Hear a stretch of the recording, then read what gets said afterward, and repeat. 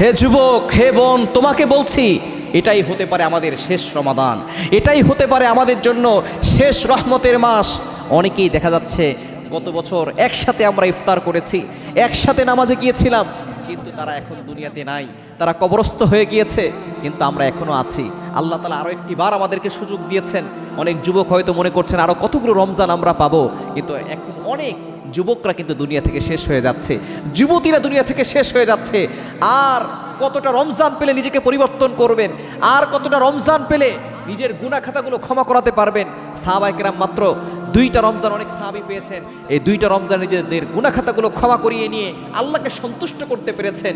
কিন্তু আমরা 20টা রমজান পেয়েছি, অনেকে 15টা রমজান পেয়েছি, অনেকে 25টা রমজান পেয়েছি, অনেকে 30টা রমজান পেয়েছি, কিন্তু আমরা আল্লাহকে সন্তুষ্ট করাতে পারি নাই, আল্লাহকে আমরা খুশি করাতে পারি নাই, আল্লাহর ইবাদত করতে পারি নাই, কোরআন খতম করাতে পারি নাই, আমরা আল্লাহকে সন্তুষ্ট করতে পারি নাই। এজন্য আসুন আমরা নিজেকে পরিবর্তন করি, আমরা রমজানের এই শেষ দশকে নিজেকে পরিবর্তন করে আমরা সকল গুনাহ থেকে দূরে সরে এসে আমরা আল্লাহর ইবাদত করা শুরু করে দেই, তাহলে দুনিয়াও শান্তি হবে, আখিরাতেও আমরা শান্তিতে থাকতে পারবো।